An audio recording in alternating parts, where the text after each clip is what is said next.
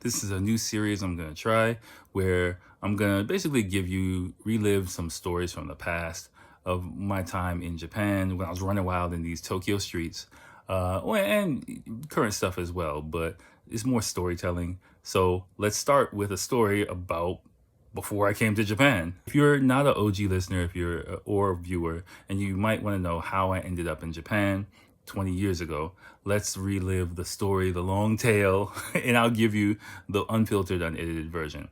So this tale begins way back in 2001, I think, when I was in my second year of university. And basically I went to the University of Delaware in the United States of America.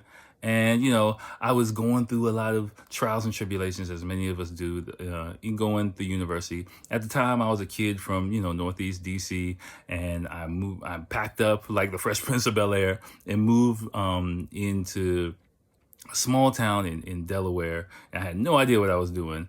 And so I was going through a lot of, trials, tribulations, culture shock, a lot of different new experiences, meeting different types of people. And I remember I met a guy, a friend, my friend's boyfriend at the time. And I used to read books like conspiracy books and stuff like that. And one day we were talking, like smoking, drinking, hanging out. And we were like, yo, let's exchange books, because he was like the same kind of stuff. And so I gave him some conspiracy New World Order book, and he gave me Miyamoto's Musashi's The Book of Five Rings, which I still have somewhere around here, actually. So you can imagine like Akil with an afro at the time. I think I had an afro at that time, or bushy hair.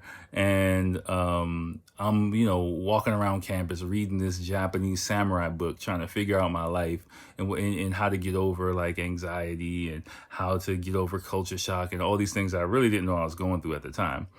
And the book really, really helped me. Like, it not so much like as far as like I'm going down samurai slicing people, but it just helped me be more of an assertive person with my emotions. And even when I was going through anxiety, feelings of anxiety, how to power through and break through to the other side. That's like the number one lesson I learned from that book that still, stays with me today.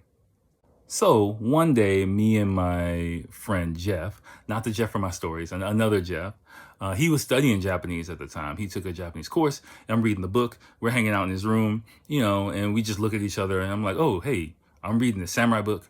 You're studying Japanese. We should just go to Japan. And, we start talking about it, getting all excited, like, yeah, let's do it. We're going to Japan. We start talking about it, let's study abroad. But of course, I'm broke. He was broke. And that really didn't end up working out. But, life is a funny thing. So that idea stayed in my head. And for years, I was like, yo, I'm going to go to Japan. I'm going to Japan. I didn't know how to do it, but I'm going to Japan. And, I worked, I saved money. I got a second job working at the car wash down the highway from my campus, just because I got fed up with being broke. And so I got a second job on weekends. And I saved all my money. At the time, I didn't have a car. And so I blew that cash on a car, basically. So, now I have a car, and fast forward to my final year of university. I was a super senior, so it's my fifth year in 2004. And, I'm so excited because I made it through a bunch of stuff. I had my self-confidence. I had my swagger back. I knew who I was. I knew where I was going, and I was really happy to be graduating university, but I had no idea what I was going to do after that. And I worked at like not the main library, but like an education library at my university, which is kind of like a small library where they had like kids' books for the people who study education. And there was a professor who came in, and it was like I was like half trying to like fulfill my American Pie, college professor fantasy. So like she come in, I'd like flirt with her a little bit, like, hey, whatever. But I didn't really have game like that. But you know how it is. She probably knew what I was up to too, but she was really nice. And I remember like one night she came in, and said hi to me. It was probably like March or something like that. So I'm getting close to graduation, and we start talking. And then at that time, I was thinking for graduation, I'm going to do something. And the idea first, to celebrate my graduation. And at first I thought, okay, I'm going to go to go on a cruise. I was like, I'm going to go on a cruise, just to celebrate. I didn't know how I was going to go on a cruise, but I was going to go on a cruise. And then it changed from like a cruise to going backpacking. And then the idea kind of stayed in my head, like, I'm going somewhere. I'm doing something. I'm not just going to go back to DC. I'm going to go somewhere and figure it out. So she asked me, like, she came in and we're talking, and she asked me, well, what do you want to do after you graduate?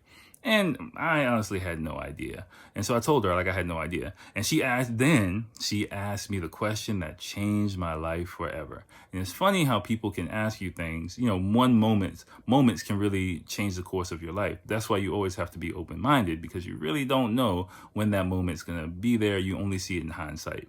She asked me what would my number one regret of my college life was. And I told her that I didn't come to Japan.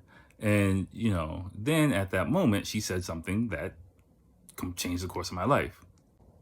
Basically, she said, oh, well, do you have any plans after graduation? I said, nope, I'm probably go back to DC, get a government job or something like that. She was like, well, before you do that, if you don't have any plans, you should just go to Japan and teach English for a year.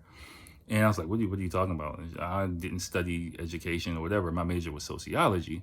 And she was like, well, a bunch of people do it. Like, you can just go for it. You don't need to be a major. As long as you got your degree, you can go over there and be an English teacher for a year and experience life, make a little money, and then come back to the U.S.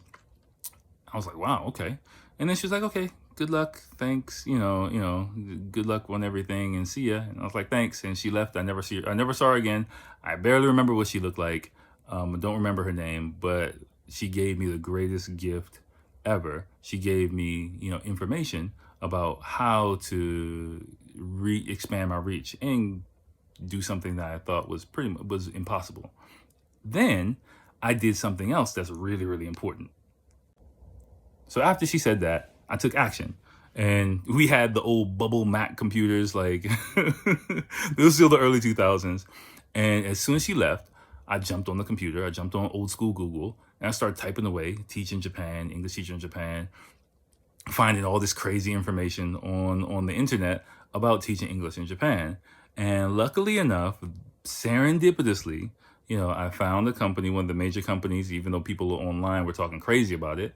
I applied to that company, and they just so happened to be doing a recruiting session in Washington, D.C., like a month later. Like, their headquarters were in Boston, I think, but they were coming to D.C. to recruit people. And so I applied.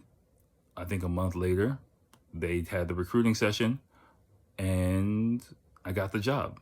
And then fast forward, I came to Japan. But, the main thing from this story is that one conversation changed the course of my life. And I'm eternally grateful to that professor for doing it. And if you can listen and learn anything from my story, is that, if the opportunity presents itself, just take it, just go for it. If your heart's in the right place, even if you're not sure you can do it, if you don't know, I'm just kind of crazy like that. So I was like, all right, where I'm going, I'm going to do it. Fine. I just kind of jumped head first into something that I think is the right way, and I'll figure out as I go. If you're not that type of person, that's totally fine. I'm not saying you need to be like that, but don't turn your back on the opportunity, because you might not be able to recognize it in the moment, but if you go a little bit further down the road and then look back, you might realize where the road forked and it took you to an unexpected place. So that's my story for this time. Please like and subscribe and leave a comment with anything. And if you want more of these or any subjects you want me to talk about, go ahead, hit me up, let me know, and then I will try my best to oblige. All right, holla at you next time. Peace.